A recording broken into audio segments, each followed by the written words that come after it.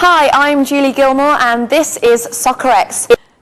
This week, Soccer X also caught up with Nottingham entrepreneur and Eastwood chairman Rob Young. Rob, obviously a memorable cup run, fantastic wins against Wrexham and Wycombe. What would be your abiding memory of this fantastic journey? I think the pitch invasion after Wycombe was absolutely fantastic.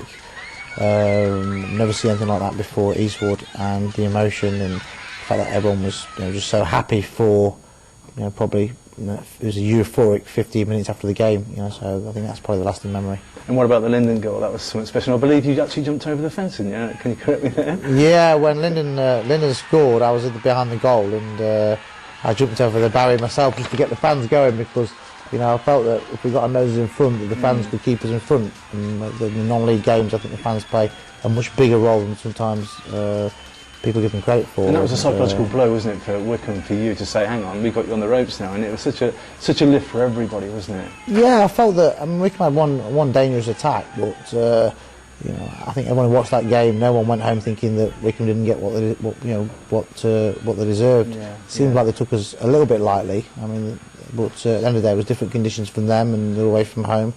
But anything can happen in the cup runs, as we've seen. And when you stand in the crowd with that, and I noticed on the message boards, you've made yourself very accessible. Is that a conscious decision on your part? You want to feel, not we're the committee and you're the supporters. You enjoy conscious effort to do that, really. That's right. I do that in all my companies. Make myself very accessible. It tends to work. I don't really like to have lots of lines and committees and boards of directors and lots of people that they might as well hear it from the horse's mouth. And to be honest, I go to the games with the fans. I watch them with the fans. It's my local club. It's I lived in Eastwood for 3 years myself, and I was born just outside Eastwood. So a lot of people know me anyway. So it makes sense that I can speak directly to people. Sometimes we have a few fallouts because I am so direct with the fans. We have a few ding dongs, but it makes it fun. And at the end of the day, the Eastwood following is growing. When I first came to the club, there was 150 supporters coming, and even a night game tonight, I'd be surprised if there was less than 400. So, I think it is working, being close to the fans and let them know what's going on as much as you can. Yeah. Rob, you're obviously keen to pay tribute to your predecessor Keith Smith and recognise his and wife Carol's considerable contribution to this football club. That's right. It was very nice that the local Nottingham Post did a big article on that, sort of. Yeah, after the game, I think it was the Sun newspaper asked me, who would you dedicate the game to, and I thought it was appropriate to, after we beat Wycombe, to dedicate it to Keith because I never got to work with Keith for very long. Fortunately, he passed away with cancer. But although it was originally Paul Cox that brought me to the club, Keith was a part in that in terms of he stayed on and helped me for the first sort of 3-4 months and helped me learn the ropes. And he was just sometimes you meet someone and you hit it off with them straight away.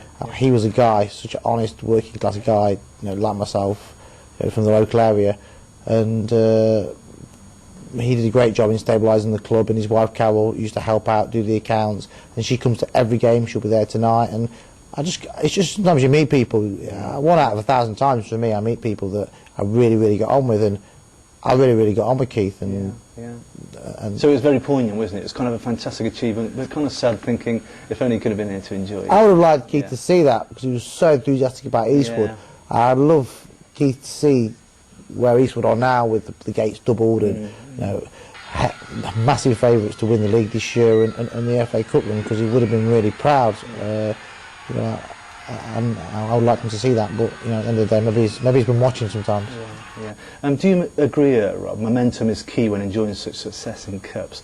I refer to perhaps like Havant and Waterloo, who gave Liverpool such a great game last season, yet they're languishing in the lower reaches of their league. I think what my point is, you've got to keep that momentum going because it soon falls off, and you've got to make the best of that. Yeah. Well, I think with Eastwood's squad, I mean, a very strong squad in depth, probably stronger than Havant and Waterville had a couple of years ago. So, you know, if the players feel a little bit jet lagged from the FA Cup, I'm sure there's people that will want to take their place. So the priority this year has always been to win the Unibond Premier. It's something that Eastwood have never done. Eastwood have never been higher than this league. They're in the highest position they've ever been in.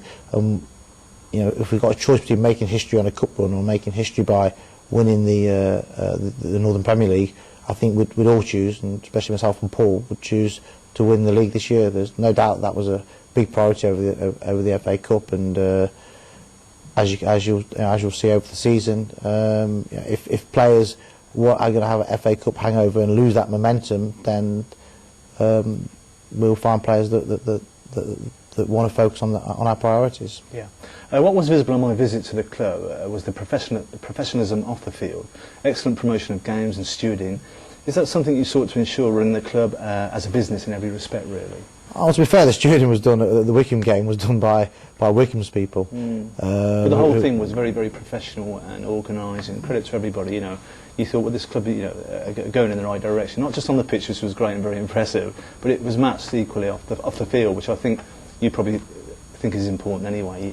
I think everyone chips in. I mean, you know, the way it works is we have a head office, and the football club is one of the organisations within the group of companies. And everyone chips in. Everyone's passionate about it. You know, Alex chips in as the commercial manager. You know, her main job is to look after the online casino business. Dave, the landlord at the pub, he chips in behind the bar. Tony, my managing director of my recruitment company, he chips in at the football club. You know, we all chip in. We're all part of it.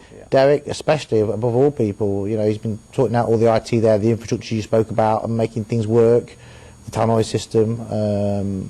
And Nick got heavily involved, who's the MD of my casino business, and he got heavily involved with the logistics of organising these games. And between a lot of us, because we're all close, we're all friends, we've all worked together for a long time. You share the same passion as well. We share the same passion, we're all pretty much local people, and all our input into the football club, things aren't never perfect, but I think that shows, and that's why we have a good day. But you know, at the end of the day, the most you can organise and have a fantastic day, but you can lose, and you know, the most important thing is that we keep winning, because no one wants to come to work on a Monday morning having lost. Yeah, absolutely.